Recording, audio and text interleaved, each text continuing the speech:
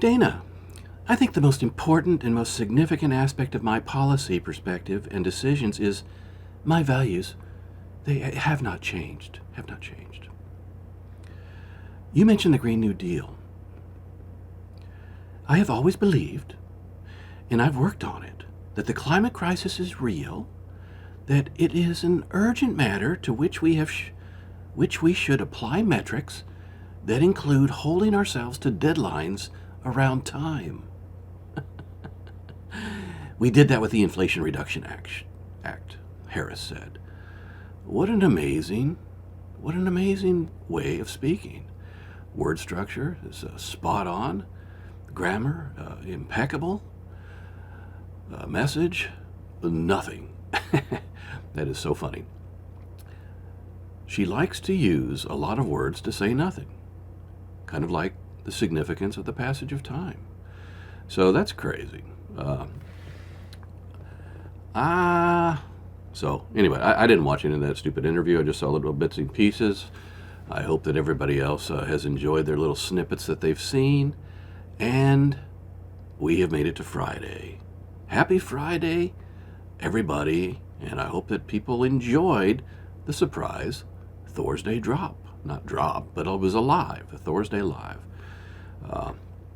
So, Cackling Kamala continues to steal the platform. See, I don't get this. She said during her interview that she has never been against fracking. Never.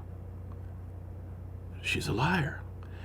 They have a video from 2019, as we've talked about, that clearly says, I will absolutely ban fracking. So this is what kills me, is politicians, even if they did legitimately change their position on something, they don't know how to do it properly. If I were anti-fracking, and I were running now, again, I kind of went on some of this last night, but it's so, why don't they just be straightforward and say, look, I was against fracking. I was against fracking. If you noticed during our administration, we never actually banned fracking. And over the course of that administration, and up to now, I've determined that maybe it wasn't the best idea for America after all. It's not good for jobs. It's not good for energy independence. And while there are, a portion of my constituents that would be for banning fracking, the America at large is not for banning it. And so that is why I've chosen to support the continued process of fracking. You see how easy that was? It was straightforward, and it was honest, and you don't have to remember what your lie was. Simple. Yep.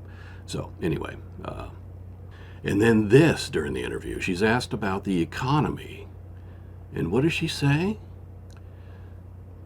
Well, first of all, we had to fix things. I'm very proud of what we've done. We brought inflation down to 3%. What a big lie. Look at the chart behind me. We all know this. They came in at 1.4% inflation, thriving economy, gas prices down around $2, and then they drove it up to 9%. And yeah, they're pulling it back down. But even at 3%, it's still twice as high as it was when they took office. Crazy. And now, let me overlay the increasing prices of groceries right on top of that. You'll notice it has an upward slope. So, inflation down, groceries not. Crazy. There were white dudes for Harris. See that? What's over there? White dudes for Harris, which is really kind of racist sounding. And then the other day, there were Swifties for Harris, Swifties for Kamala, and guess what? Taylor Swift didn't even show up. But now we have, you guessed it, Punisher Patriots for Kamala, as noted above. I guess you can see that nobody showed up for it. You sure didn't see me. So the Punisher Patriots are standing arm in arm and ready for November 5th for the big election. Jack Smith, new indictment. What an idiot. How does he think he can take the Supreme Court's findings or whatever decision? And he basically just tried to use the same indictment. He changed some words, but it didn't change the indictment. What an idiot! Nothing's going to happen with that. I can assure you of that. Jack Smith, shut up. Just exit. Stage left. Go on about your business. You already have a history of cases that get overturned. Last night, I revealed the poker chip, the famous poker chip. Did you not see it? If you weren't here on the live, I'll put the picture right behind me of the poker chip. Yeah. So what I said I'm going to do, it won't be on this video, I'm going to work up to it, is I can't put out a thing to sell poker chips. It was too much for me with the shot glasses. But what I'm going to do is I'm going to hide little hints in the videos, and I will let you know when they are going to be in there. So you might see something back in the office. You might see something passing by, but you have to keep a very, very watchful eye. And the first person that identifies it sends an email to the fan mail located in the information below. By the way, go ahead and subscribe.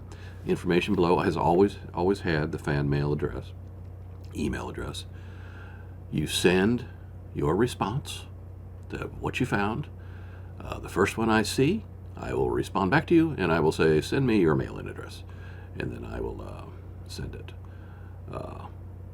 Okay, there you go. So I can't make it really easy to find, so you're going to have to keep, like I said, a very watchful eye. But it is a very nice poker chip. 11.5 grams, precisely 39 millimeters wide. And I looked it up. That's what it's supposed to be. 39 millimeters by about 3.5 millimeters thick. Nice, crisp edges. You can identify a fake poker chip by its edges. Some of them the fake ones are not as defined, and they're more rounded. And if they're off on the weight, they don't sound right when you drop them. Click, click, click. Yeah, that's it. Yeah, not that anybody here's in the freaking market for poker chips. But if you do play poker, it's good to have a nice, good set of poker chips. I had a set. I don't know where the hell they are.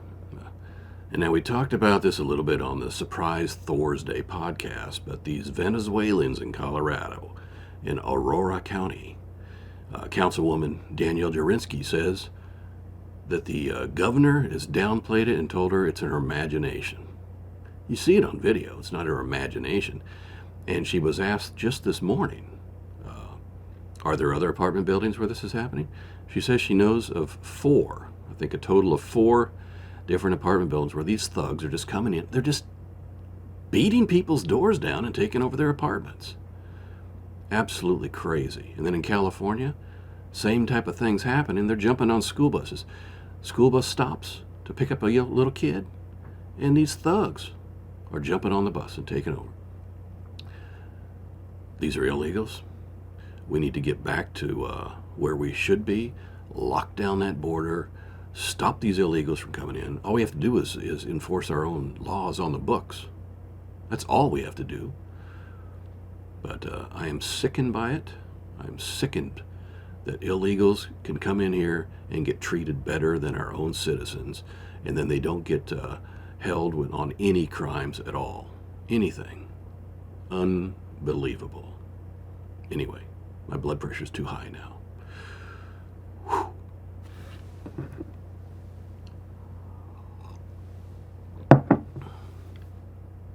Anyway, what else do we got besides the medieval vanity project, The Wall, which, oh, that's right. All Americans are for now. All Americans are for The Wall. More stolen ideas. More stolen ideas. We are, how many days out? 67 days out from the election. The numbers are starting to tighten even more. Pennsylvania shows even Steven now. Kamala did show up a point or two. Now it's even. So I don't think that interview was all that spectacular. was pretty sad, really. Pretty sad, but we know how scripted it was. We know that it was edited. Operation Sleestack, it's at 4.0. 4.0. Aren't even numbers great? And Operation T24 Steadfast at 6.0. But we are here on a Friday, and you know it, I know it, the American people know it, that we must do it. We must proceed. The aggressive pace that we are working at has prompted me to say that Operation Sleestack will take a nominal move forward to Operation Sleestack 4.5, effective immediately. Effective immediately. So, anyway, I hope that everybody had a wonderful week.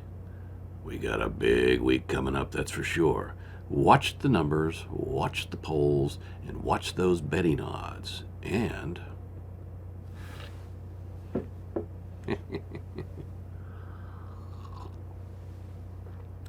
and screw James Whitey Bulger. We'll talk to you later. Bye.